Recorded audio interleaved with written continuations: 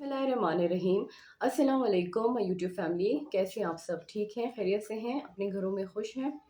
आज जिस टॉपिक पे हम बात करेंगे इसके मुतालिक काफ़ी दफ़ा पेशेंट्स क्लिनिक में मुझसे डिस्कस करते हैं कि उनके बच्चों में कोई डिफ़ेक्ट आ गया है, तो डॉक्टर साहिबा क्या कोई ऐसा टेस्ट अवेलेबल है जिसके ज़रिए हम पता लगा सकें कि हमारे बच्चे के अंदर कोई नुक्स तो नहीं है, या हमने कोई किस्म की दवाई खा ली है तो अभी हम जानना चाहते हैं कि हमारे बच्चे में कोई नुक्स तो नहीं आएगा। तो अल्ट्रासाउंड तो बहुत ही एक बेसिक चीज़ है ना, जिसके अंदर आप ग्रॉस एनोमलीज़ को दे सकते हैं।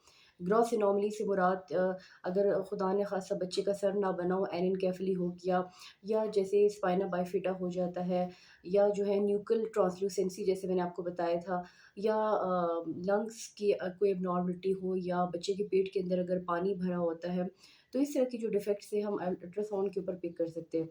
लेकिन इसके अलावा कुछ ऐसे टेस्ट अवेलेबल हैं जिसकी मदद से आप बच्चे का जेनेटिक एवेलुएशन करवा सकते हैं, यानी बच्चे के अंदर जैसे कोई क्रोमोसोमल डिफेक्ट्स तो नहीं है। जैसे कि मिसाल के तौर पे कोई ऐसे बच्चे पैदा होते हैं जिसके अंदर एक्स्ट्रा वाई क्रोमोसोम या एक्स्ट्रा एक्स क्रोमोसोम पैदा होता है, जिसकी वजह से जो बच्चा पैदा होता है ना तो वो मेल की कैटेगरी में होता है और ना ही वो फीमेल की कैटेगरी में होता है। इसी तरह कुछ एबनॉर्मलिटीज़ है, जैसे डाउन सिंड्रोम के बारे में आपको पता होगा। डाउन सिंड्रोम में जैसे बच्चा जो है जिसका आईक्यू बहुत ज़्यादा कम होता है, उसको चलने फिरने में भी मुश्किल होती है, और मुँह से हर टाइम जो है थूक सा निकल रहा होता है, और वो बच्चा जो है मतलब न्यूरोलॉजिकली जो है वो स्टेबल नहीं होता, वो बच्चा ठीक नहीं होता।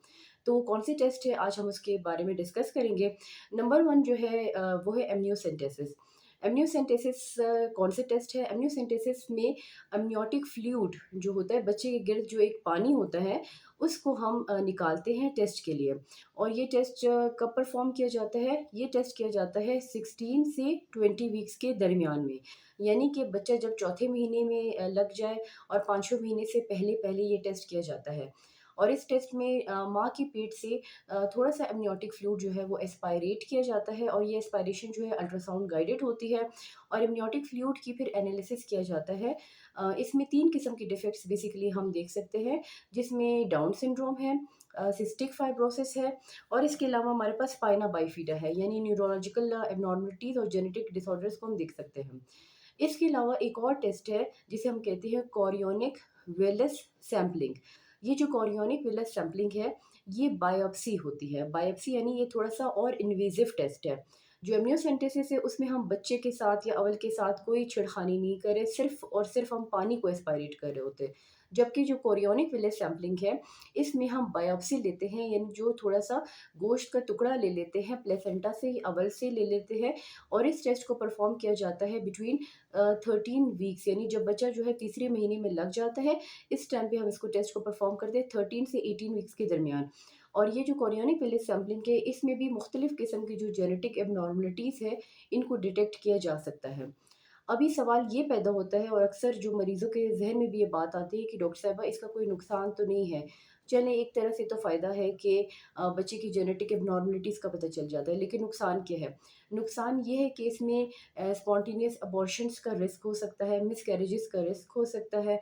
इसके अलावा क्योंकि ये एक प्रोसीजर है जो कि इन्वेसिव है, यानी कि जब भी हम एमनियोटिक फ्लूइड को एस्पायरेट करेंगे या बायोप्सी लेंगे, तो अगर हम इन्फेक्शन कंट्रोल जो प्रोसीजर्स है उसको फॉलो ना करें, इन्फेक्शन का ख्याल ना करें, तो इस टाइम पे माँ को और बच्चे को इन्फेक्शन भी लग सकता है।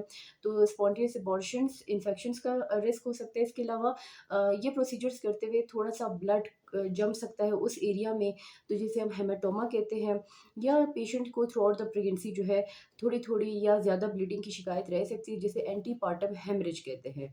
तो ये इसके जो है थोड़े ड्रॉबैक्स हैं। इसके अलावा क्योंकि साइंस ने तरक्की कर ली है, तो आजकल नॉन इन्वेसिव टेस्टिंग भी अवेलेबल है। नॉन इन्वेसिव टेस्टिंग में हम क्या करते हैं कि माँ के सर्कुलेशन के अंदर, यानी जो माँ का खून होता है उसके अंदर से फीटल डीएनए को हम निकाल लेते हैं, और ये जो फीटल डीएनए होता है, इससे हम मुख्तलिफ़ किस्म की जेनेटिक एबनॉर्मलिटीज़ को डिटेक्ट कर सकते हैं। ये टेस्ट प्रेज़ेंटली अवेलेबल भी है, लेकिन इसकी कॉस्ट बहुत ज़्यादा है, बहुत एक्सपेंसिव है।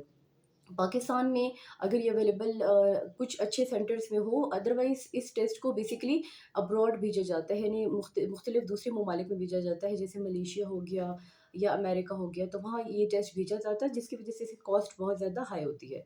तो उम्मीद करती हूँ कि मेरी आज की वीडियो जो कि इन्वेसिव टेस्टिंग के ऊपर थी, जैसे कि मेरी गुज़िश्ता वीडियो जो थी वो बेसिक रूटीन टेस्ट के ऊपर थी, और ये वो टेस्ट है जो कि ऐसे केसेस में किया जाता है जहाँ पे बच्चे ज़ाया होने का रिस्क होता है, या ऐसे पेरेंट्स जो कि बहुत ज़्यादा केयर करते हैं कि कहीं हमारे बच्चे के अंदर कोई डिफेक्ट ना आ जाए या कोई मसला ना आ जाए। तो अगर मेरी वीडियो आपको इन्फॉर्मेटिव लगी तो काइंडली मेरे चैनल को सब्सक्राइब करें, लाइक करें, शेयर करें। तब तक के मिलते हैं नेक्स्ट वीडियो में। मेरी तरफ से अल्लाह हाफ़िज़।